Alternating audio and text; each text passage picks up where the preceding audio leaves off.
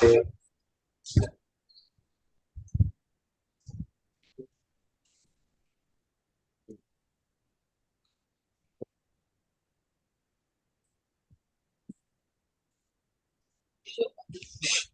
right. Uh, I'm gonna give people a chance to come on. I want to make sure everybody can hear me. okay. All right.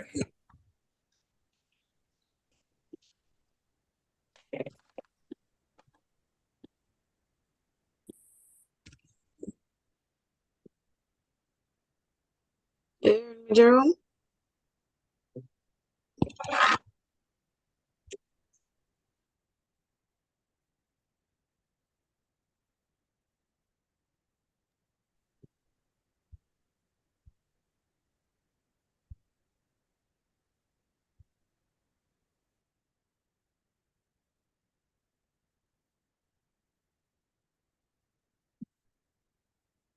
All right, Christina. Everybody can hear me? I'm hearing Okay. you clearly. Okay, great. I just want to make sure. Yeah, I'm hearing you. You hearing me, Jerome? Yes. All right. Everybody asking if it done already. Yes. Yes, yes, yes. It's just short and sweet and nice. So good.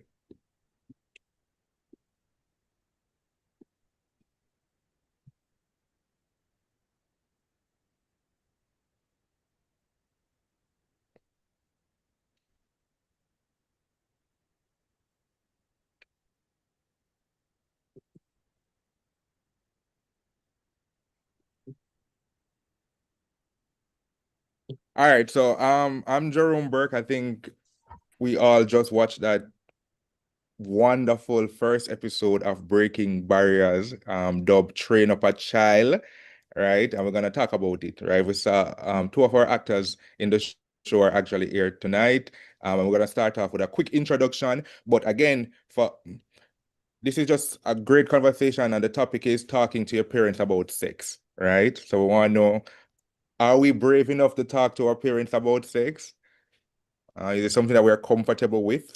We're scared, we're afraid. But before we get into it, I want Danger, you want to start us off? Sure. You want me to introduce myself? Sure. Hello, everyone. Hello, YouTube world. Hello, Bala family.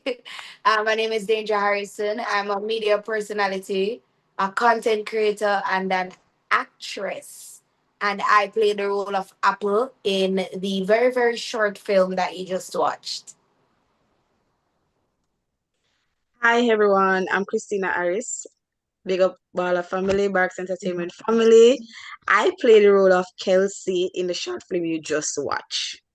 Oh, yeah, and I'm an actress.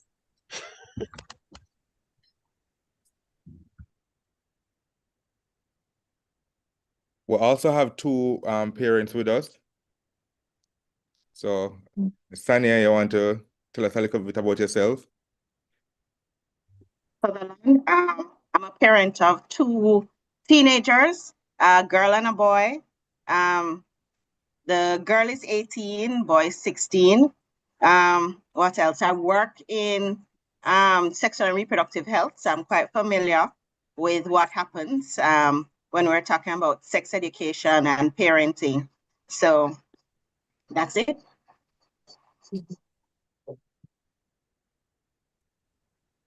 Good night, everyone. My name is Trishana Williamson. I am mother to two boys, one of which is 15 years old. I've done some work with the Ministry of Health, Reproductive Health as well. All right. Trishana, tell me a little about yourself now. Okay, so I'm a civil servant. I just being a parent to a teenage boy, you can understand the stress I'm going through. He is mid-teenage years, 15 to be exact. So that's it. All right, over to you, Miss Campbell.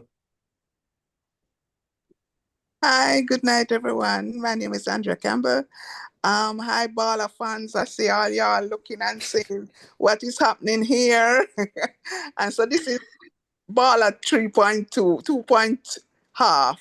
Um, I have been working in sexual and reproductive health for quite some time. I've worked with Fabian and I know the good work that he and Jerome did. That is why they have now been engaged to do this series for us.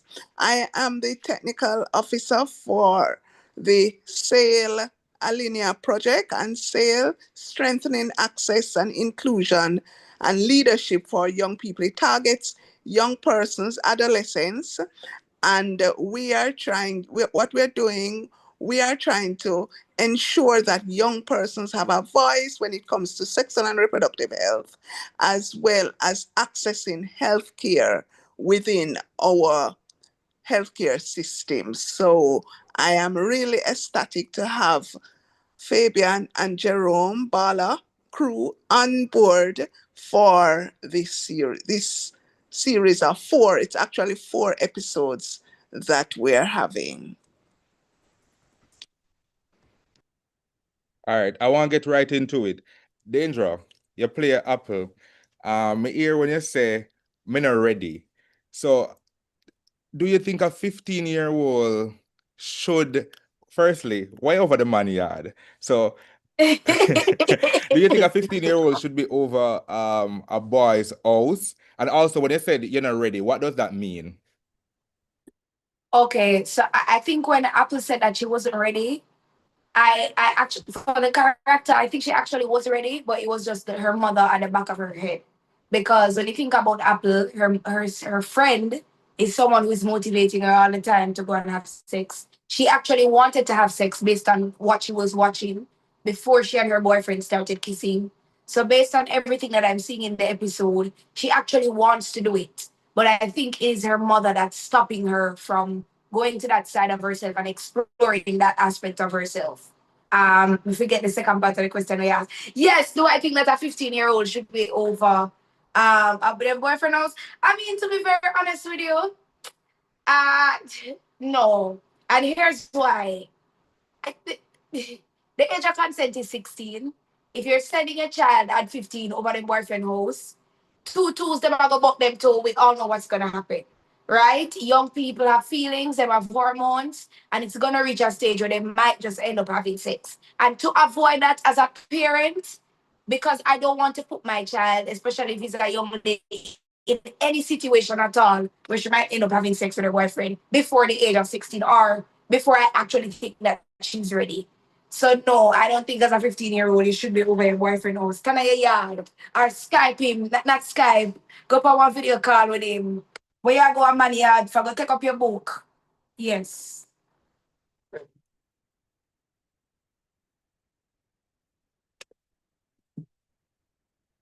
All right, that was a mouthful. Christina, more ask you a similar question. Even though you weren't playing that character, be honest, you ever screechy or Spice have a song, Jim Screechy, you ever Jim Screechy out in your teenage days when you never for their money yard? Have you ever done that? And your parents find out? Um, yes. Well, I'm an adult now, Not so I surprised. can confess. Not surprised. Yes, I did get caught. I'm get some whooping because at the end of the day, I was underage. There's a lot of consequences that come with it. Yes, we're out in the world. We have friends that influencing us. Girl, and can I'm a look at one kiss now, but one kiss can lead up to a whole lot of things, a lifetime of consequences. You get me? So Mm-hmm. when I usually follow friends, but I didn't do what I'm not supposed to do though. But to have a little boyfriend and screechy go over my house and stuff, I did get caught because I was on evening shift and why me I reach home late from school over 5 o'clock. I reach home by 6:30 and I come home 8 o'clock when me did there. I can Mm-hmm. explain that to mother. Me I get two beaten in one, because me not beat me alone. Grandma beat me also. So I feel that as a teenager you should wait. As you can see that's happening out in the world. You have a lot of teenage pregnancy. and they're not going to school unless household to accommodate them and stuff. It Mm. can lead up to a lot of things. So yeah, you can text your little boyfriend, but once your boyfriend do acknowledge that you guys are not ready, even if you might force it by you, as you can see in the episode, if you're not ready, you're just not ready. All right, good. I want to go over to the parents them now. I'm gonna start with Trishana. Trishana, in the episode, Tejan, right? Apple boyfriend, him did a pressure, and he must say him ready, him body, him reach the age, the teenage age, the hormones them there, him have the testosterone, him want have sex. Um, your son come to you at 15, him say him want have sex. Are you comfortable talking to a 15-year-old boy about sex? Yes, I am. My son, yes, I'm comfortable speaking to him about sex because the sex talk wouldn't have started now. It would have started a long, long time ago. Coming up and never grow him sheltered. We talk about sex openly from a very young age. Some people, they would be comfortable with it, but I was very comfortable with it based on my experience, with the ministry, working with the ministry, having been exposed to a lot of programs. I found it very easy to speak to him about sex from a very early, early age. So at the age of 15, the sex talks would have started a long time ago. So he would feel comfortable coming to me. And I can almost tell you that he would be able to tell you the answer that I'm going to give because, as I said, the conversations would have started way before the age of 15. So, Trishana, what the age? Let me go to Sania. What's an appropriate age for start talk to a boy child about sex, and is that a different age for girls? No, it isn't a different age for girls because remember, both of them would be, if they're of the same age, they're going through puberty around the same time, right? So puberty is going to start when, and it's starting earlier and earlier. So as their bodies change, you have to be going with the biology and starting the conversation. So you can't wait until they're 12 and 13 and start having erections already to start talking about sex because they're already, their body is basically aging sexually. So they're already having those feelings, they're already having the spikes in testosterone, etc.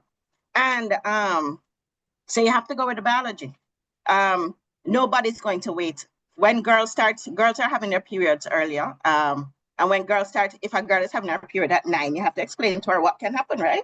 So even though she may seem young, you have to tell her, hey, this is what your body's doing and this is what is happening. So you have to start talking to them early. And plus, all the data, and I don't want to bore you with the data, but the data shows that the average age of first sex for boys has been 12 for decades. Isn't that right, Andrea? So boys are having sex, their first sexual encounter, penetrative sex, is at 12. And so what the data says about girls? The data says about girls, it says 15, but girls are going to say that they start having sex older because they want, you're supposed to. So you said the girls them a lie. But the boys lying too. That's what I'm saying. So go in between 12 and 15. Both of them lying. So you really have to start earlier. Plus, remember, our society, the music is sexual, the dancing is sexual, everything. There's all of this, and there's all of the peer pressure around them. You have to prepare them for the world. You don't talking want about else. That's a good segue. I want to ask Miss Campbell about it. Because Tejan said something, he said, all of my friends them a do it. So, Miss Campbell, from what you have been seeing and from your days, and from your days, peer pressure about were you pressured? You can't remember any time when your friends them did that pressure, you have to give the boy one little piece, or were you pressuring anybody, any of your girlfriends them to give one boy one little piece? Um, The Lord is watching, be honest. okay. Well, I was a teenage mother. Was I pressured? A little way still, but then as Sanya said, the feelings are there. Mm-hmm. And then if you put yourself in the position where so you like him, first of all, you love the little boyfriend and whatever, and then with the feelings that you go over him house with him parents not there, and then you start watch them little sexy movie there with them kissing and so on, then one thing is definitely going to lead to another. Mm-hmm. So the pressure might be there. So even if you're over there, you are him alone and in that position, because the body is saying yes, yes, yes.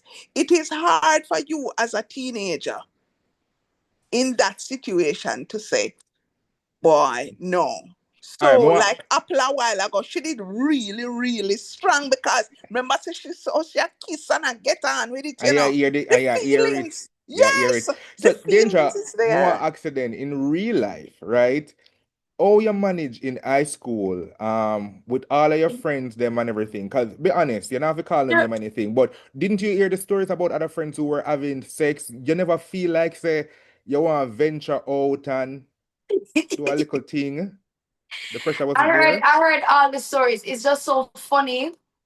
And it's crazy. I've always had friends who are way more sexually active than I am, and that's been since high school.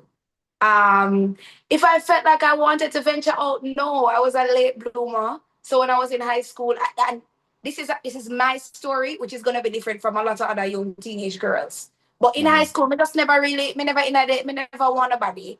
Me they just lock up the man.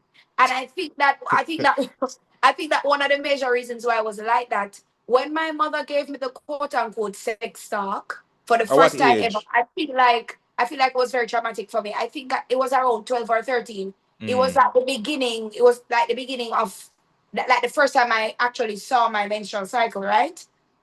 That's when she was like, okay, let's have a conversation about this.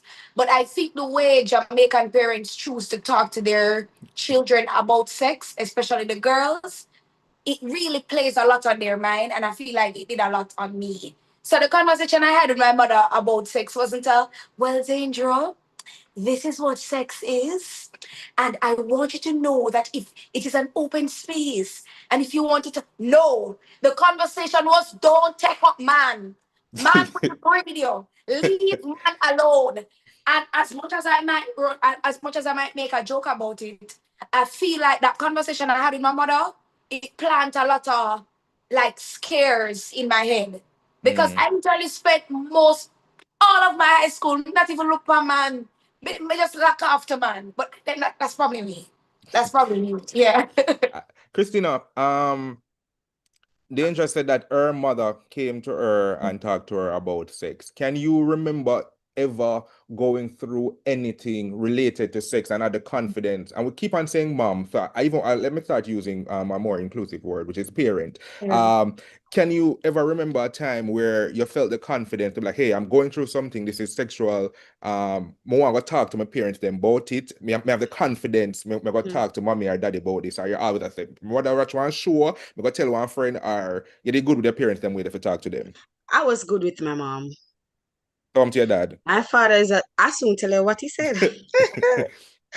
All right, so my dad, I don't know, it's because I probably when got through as a young teenager, got a child and stuff early. But my father instilled it in me and my sisters head. Once you have a boyfriend, I'm not gonna support you. Mm, So basically, it was that. I remember an incident where my big sister, she's in college, she had a little church boyfriend, and he found out, and he didn't pay her tuition that mm, term just to teach her a lesson. My mommy know. So I believe that was our son. Be like, Daddy, yeah, remember when your daughter, you can't be with husband or nothing. Him literally did cuss me, him not talk to me feet. But when him, because I was young, why you be so hard? And I like mm. say we're sexually active or anything. But my mother like a danger said my mother make it be known.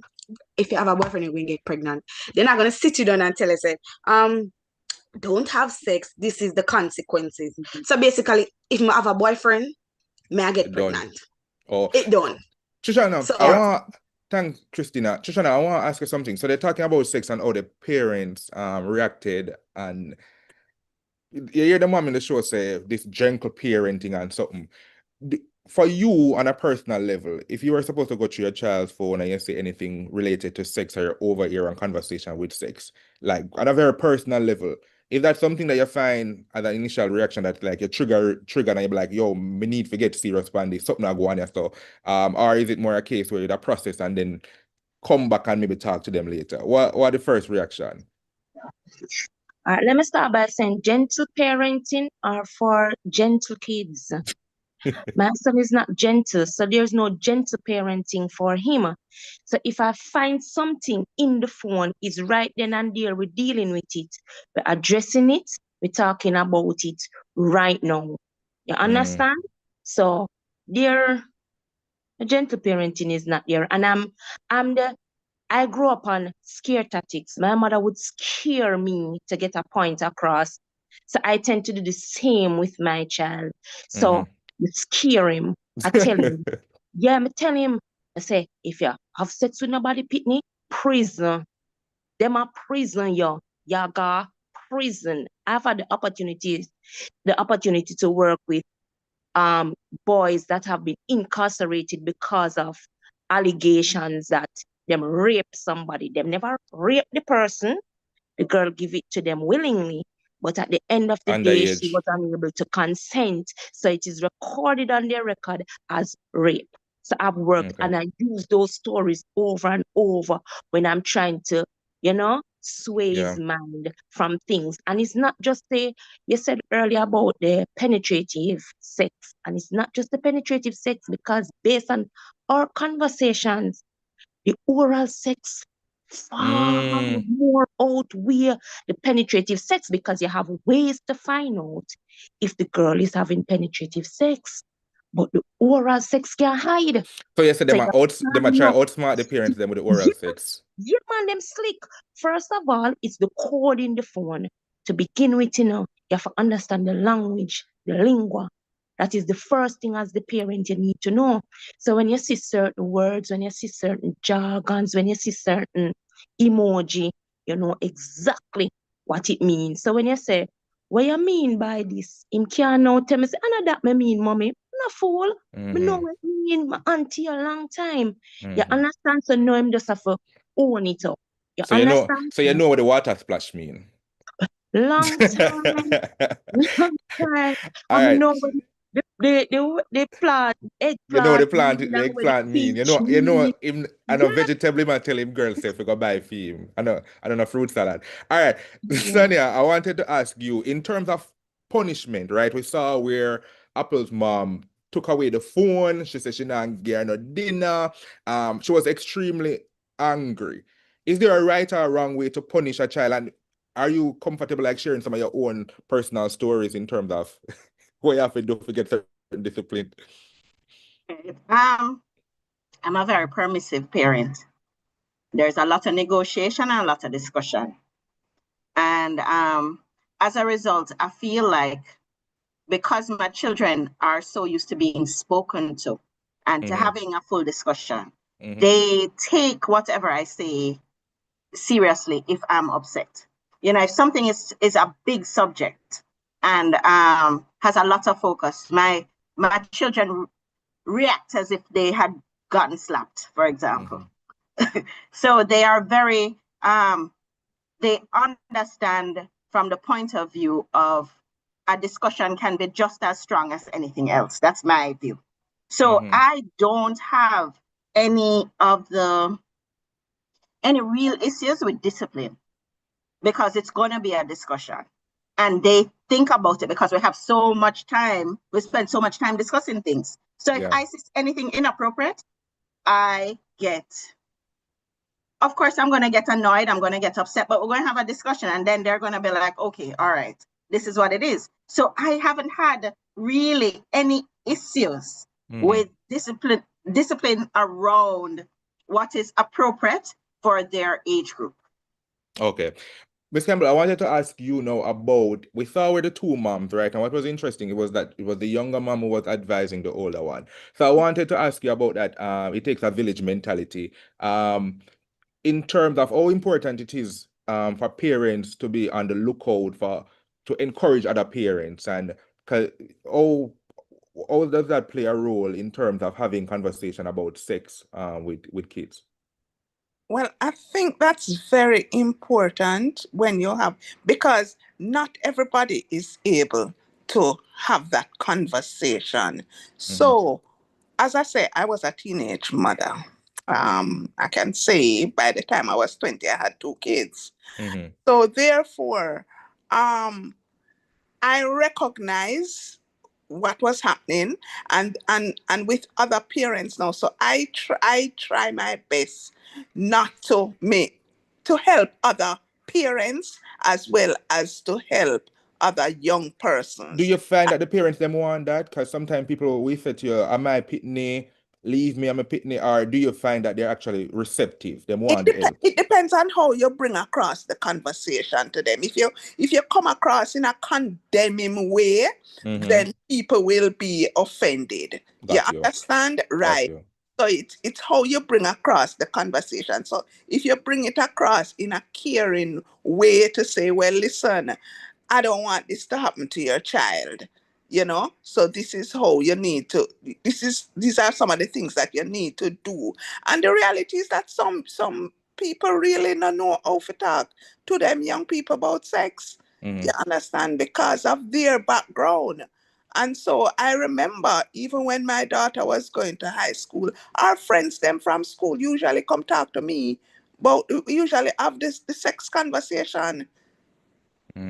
Yes, because their parents weren't really able to have the conversation, or probably wasn't comfortable enough to have the conversation. So it really takes the village to raise the child. So if you as a parent recognize that, listen, this is not going well for another child, the same thing that you don't want to happen to, listen to me. You see why my daughter left school? May I tell you some me ball, me glad so till, because all she got through high school, all in my edge. Jesus God, no make she breathe. No make she breathe, no make she breathe.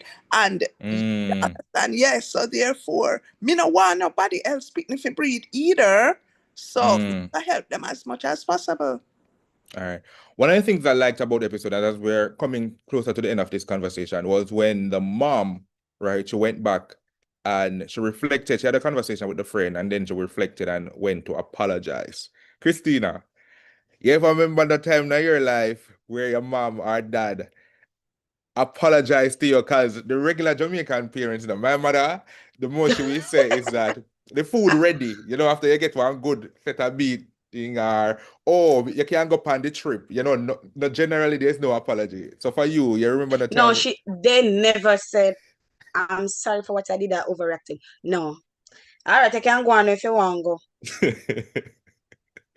go. Never. Listen, I don't know if it's a Caribbean thing, but it's Mm-hmm. you can count upon one and how much parents actually apologize to their kids. Mm-hmm. Because their ego is more big. They believe that I'm the parent, I don't need to apologize to you. Mm-hmm. What was did and said already gone already. So it's either you're going to eat the food, or it's either I'm going to send you on the trip, I'm not but I give you nothing, I'm not but I give you no money. That's it. No Danger, apology. No, I'm what about sorry, no you? fairy tale. We see up on social media the video with your mom. Your mom looks so calm and nice and Listen to me, you're gonna leave my mother alone. But my mother has actually never apologized to me before. Ever in her, I cannot ever remember one instance. Mm-hmm. But the one time we're literally in the middle of an argument, and me literally have my case put out. Yeah. I make her know say she wrong. Mm-hmm. And when she this was the closest she ever come to apologizing. When she realized that she wrong, she just said, "Come here, my daughter. Come and get her hug. Come and get her hug." And then she hugged me and hugged me and rubbed me little and then moved me out. That was the closest she has ever come to apologizing. All all right, Shoshana, let me ask you then. Can you hear the two kids in this instance say that their parents have never apologized to them? Are you two, one, have you ever apologized to your kids? And two, do you think that apologizing to kids make you come off too soft and they might not take you serious? All right, let me start by saying first, when I was a child, my mother wouldn't apologize, but long after, long after, she Mm-hmm. publicly apologized to me on profile. She was being interviewed and she publicly apologized for treating me badly because she treated me Mm, when I but that's said and done. So she publicly apologized. But as when I was growing up, there were certain things that I said that I would ensure that I don't do to my kids, mm, right? And I always say, I'm not gonna beat my children a lot. It have to be something real serious for me to beat them. And if I'm wrong, I'm going to say to them, I'm wrong. So with my kids, I'll say, I'm wrong. But now, mhm. so you have to know how you do it, do you know? You have to know how you do it. Because you Why? can't just, no, man, you can't give them too much of the angle, you know. You understand? Manipulation is a hell of a thing, you know. So you can't give them too much of the handle. So when if my son is right about something, I'll say, yeah, I agree with you. You're right.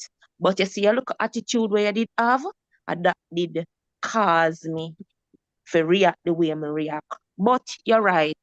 I understand what you say. I true you say. That's how I would do it. Because honestly, you don't want it back for you. Say, Mommy, I remember when. And, Mm, and he will always use that to say, even when he's not wrong, he's going to say, you remember that one time there when I was right? Yes, so I do apologize if it's something that requires an apology, but depending on the situation, mhm. mellow it down a little bit and know how I'm doing it. Cool. Sanya, same question to you. Have you ever apologized, and do you think parents apologizing is a sign of weakness that can, in Trishana's, to paraphrase Trishana, can then be used later as a weapon against the parents themselves? So I believe that you need to apologize. I believe that children should have, and it took a long time for me to reach there, right? Mm-hmm. But I believe that children should get respect. And if I did something wrong to them or they feel wrong, I need to apologize. What Mm-hmm. I will say is that I cuss before I apologize, right? So I have to read the bill and receipt before I apologize and said, this is why I did it. And I give them explanations. However, if they Mm, deserve an apology, if I did it wrong, all right, I'll apologize. It not sound good doing it. It's like, all right, I'm sorry, that kind of thing. yeah. But I apologize. And on top of that, I want them to have certain values and behaviors. And I don't want it to be this aggressive, I can't speak, those kinds of things that are really common. I want my children to be able to communicate with whoever it is that they feel is important to them within their household. Yeah. And that, in order to do that, you have to be an example of that. You know what I mean? Yeah, And so I it's get you. really hard to not do it that way because I really want them to be more well-rounded. But I chastise them a lot. I lecture them a lot because since it's communication, we have to communicate, right? I Mm-hmm. tell them so for example, I talk to them about school. If I'm talking about school, I'm just saying, if you don't go to school and you don't do your sex and you don't do well, you're going to end up in on the road begging. Very extreme, very, very extreme. And so it can be really annoying to get lectured by me, but it's communication them want, is communication them going to get. You know what I mean? Yeah, So that's I how I get do it. it. But when it comes to sex, though, it's a different discussion. They usually said to me, Mommy, you are destroying my childhood because I'm very open about what it is. And they're like, please leave me alone. But you have to be. There's so much out there, you have to be. Miss Campbell, for parents who are struggling to talk to their kids about sex, right? It's not easy to have conversations to have, if we're being honest. No. What resources exist? Where them can go? What places should they be looking to get some answers and some skills in terms of how they approach these conversations? Okay, well, definitely the teen hub. There's a teen hub in Halfway Tree Transport Center, and there's also one in St. St. Thomas Thomas? at the Mm-hmm. Moray Bay Transport Center. So the Teen Hub are very resourceful persons. Persons there are very resourceful, and they can give them the proper information and so on. Guidance counselors at times are Mm, able to help, with the conversations, but again, there's a little bit of stigma around approaching guidance counselors and so on. Probably if you go to a church or so on within your community, there should be persons there who can help you. The Ministry of Education, I think, has a parenting group, National Parenting Association. Mm-hmm. They, from time to time, have parenting sessions that actually work with parents on these topics and how to talk to your children, not just about sex, but about other day-to-day issues that they might have. And I think I like that you brought up what you call the teen-hub, because it plays a dual role in terms of, one, as much as it says teen in the name of it, parents and guardians, they can access resources there as well, Yeah. and they can be taught how to have these conversations. But for kids Mm-hmm. who are having certain experiences and they want to go home and they want to tell them parents, my body feel the way, I feel like I want to have sex, because there's no time where you actually be like, oh, I mean, turn this on in my brain. It's just something is natural, right? So we need to get to that place where kids are empowered to be like, hey, I'm starting to feel this way. How do I deal with this? And so Teen Hub is definitely a place for that. And as I said, guidance counselors, again, there's a lot of stigma around there, but for kids and for parents who are on the live now, that's a resource. Tap into that. Them free. And one of the things I want to say to people is that if you have to pay for these things, like I always say, like anything to do with mental health and counseling, like if you have to pay for these things, they're expensive. So when in a spaces where them free, make use of them. And that would be a good thing. So before we go, my last question to everyone, Christina. Right, Christina, freeze. All right, look like Christina freeze. Well, let's go to Danger. What's one thing? Oh, so Christina is back. What's one thing that this is where you have to go about a secret now? What's one thing you should have told your mom, but you never did? Here's an opportunity to. Or your parents. What's one thing? Zero. Yes, No. come clean, come clean. This is or you can fix it up. What's one thing you think that kids should be bold enough to talk to their parents about? Let me change it then, since you know what? Say your secret. Um, Danger, go first. Wait, Christina.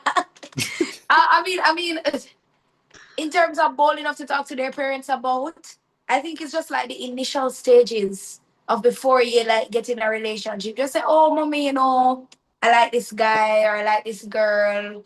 And you just talk to your mother about who it is exactly that you like, and you kind of make them know that like the crush is going into the stages of actually becoming in a relationship. So for me, I just say it's more so being open about when you like somebody and talking to your mother about it or your parents about it rather from very early. Okay, so kids, if you're out there, you're having crushes, Just be like open I to know it. your But parents then are I'm telling you, saying and there's a flip side because you go to your mother and tell your mother say I have crush and the mother say I had it out. but that's how we I are and it out. but For that's how we are me, talking about the resources then. They're going to have resources for help them. Tina and the counselors and the church, them did help them. Christina, what about you? for me, I would say like danger, second danger, relationship. Let them know you're ready for a relationship, how you feel, and if your body is, moving a little faster than you think. Say, mommy, this is how I feel about John. Am I ready to be sexually active and stuff? You need to tell your parents, because at the end of the day, your parents can save you from a lot of things. I wish in my 30th years right now, I'd have open to my mother. But yeah, they can save you from a lot of things that's coming your way. Because sometimes the parents do see it before you. Them go through it, them do it too. Them did a Yeah. gym screech Yeah, too. and then So, can guide I you. know that some parents they can't sit and talk to them. Maybe like, what are we? At school, my son, you going, you come and tell me about man. Wait. Sit, have a conversation and say, mommy, this is what's happening in the world. I need to know. Am I taking the right approach and stuff? This is how I feel about him. I feel about her. I feel like I have a sexual urge that I want to have sex. How should I go about it? And, because the hormones, the hormones, especially if you're seeing period and stuff, you're gonna have that feeling. So you need to be open with your parents and let them know what time it is. All right, boys and All girls. right. So, Sanya, hear them, the two of them say what they want is parents who they can sit and talk to. Like, what's your Sorry, one thing. advice? Sorry, Jerome. One thing also, I haven't said this from night. I know that persons teenage do go behind their parents' backs and having sex. Use protection. Use protection. Mhm. All Yeah. right. And I want to, yeah, I'm glad that you insert that, but that's gonna be an entire episode. So we're gonna have an entire episode talking about protection and safe sexual practices. Sanya, but back to you though. What's your word of advice to parents as their kids are now coming to them to talk to them about sex? My kids don't come to me and talk to me about sex, and let me tell you. They tell me about what them seen and tell me about. They might tell me every now and then about somebody else's business. But no matter how I work in sexual and reproductive health, or how I am open about sexual and reproductive health, they don't talk to me about it. Nothing like that. However, I know that they have enough information to make better choices. That's what I'll say. And we haven't had any problems yet. So my word of advice would be to stay open, even if they are not communicating. Even if they're not communicating. So you can't always be chastising them, running behind them, trying to be too intrusive, because that's when I feel children are going to hide everything. That's when everything is going to go underground and they're going to start listening to other people. If you don't seem like that open person who, if I'm in a bind now, I'm going to come to. Because I know that parents are not usually the first point of contact when you're talking about sex. Is your peers, is what you see on TV. You have OnlyFans, you have so many things competing. Them not going to come to them parents and say, hey, mommy, I'm interested in that guy. Do you think I should give up my virginity? No, nobody's going to do that. So you have to be, Friends are not gonna say yes. you have to be open and have a discussion about general things, and to actually kind of like Trishana said, you start talking from early. So everybody's on the same page all of these years. What is it that the expectation is? Yes, they must have, I think Deandra said that the character that she played, her mother's voice was in the back of her head. Yes, your mother's voice must be in the back of your head. Yes, I believe in that. That is important. Because maybe that's the voice of reason. Because as you learn about yourself, you need somebody who is I don't want to say a better decision maker, but maybe somebody who's more experienced in decision making and has your interest at heart to be that voice in the back of your head, because your voice not fully developed yet. That's my view. Shoshana, you said something that could be a whole conversation or a whole episode by itself, but it was when you were talking about like what you see in the phone and when you see the certain jargons and everything. But what's an advice you would give to parents in terms of how do you figure those things out? Like how do you stay in the know to make sure that you're able to have a conversation with kids at their level, being able, like the way they text, the way that they are using these emojis and all of that. How do parents stay relevant and young? All right. For me, I allow my son. Oh God. It comes to my detriment at times, but I allow my son to speak very openly, because I find that if he speaks openly, one, you get the truth, and two, you get a sense of exactly how he's feeling. If he's allowed to speak openly, then you are better able as the parent to pinpoint where it's coming from, or where his decision is coming from, or his actions are coming from. Sometimes I have to remind him that there's a very thin line between speaking your mind and being disrespectful. And when you're speaking to me, don't cross that line. You understand? But I always allow him to speak openly. So say for instance that something happened, I will say to him, tell me what happened in your words. Tell me what happened. And no matter how we speak in the attitude or whatever, I allow him to do it. Because beyond that, I can now interpret exactly what is happening. You understand? Get If it you. is that you're a strict parent and you just grab them by the throat, when you say, tell me what happened, they're going to still hide some of the stuff because they're thinking that if I should say this, it's going to get me into trouble. Mm-hmm. So I allow my son to speak openly, freely. Anything at all you want to talk to me about, anything, anything. My son will tell me things that if I tell you, it will shock you. Like, you really tell you that? And I say, yeah, because from a young age, I've been fostering that. Tell me exactly what is happening, how it happened, who and whatever. And you see, we are here speaking about sex, but I have a teenage son, and I can tell you, sex is the least of the apostle, You see the drug use, you see the pill popping, you see the vaping.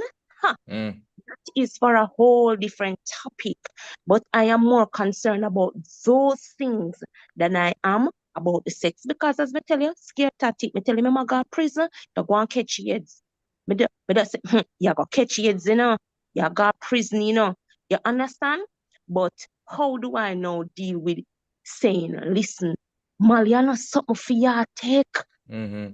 You honest, I don't know as a parent how you handle that. Can remember saying nowadays, sex have come from before Jesus Christ. So we know if you handle that.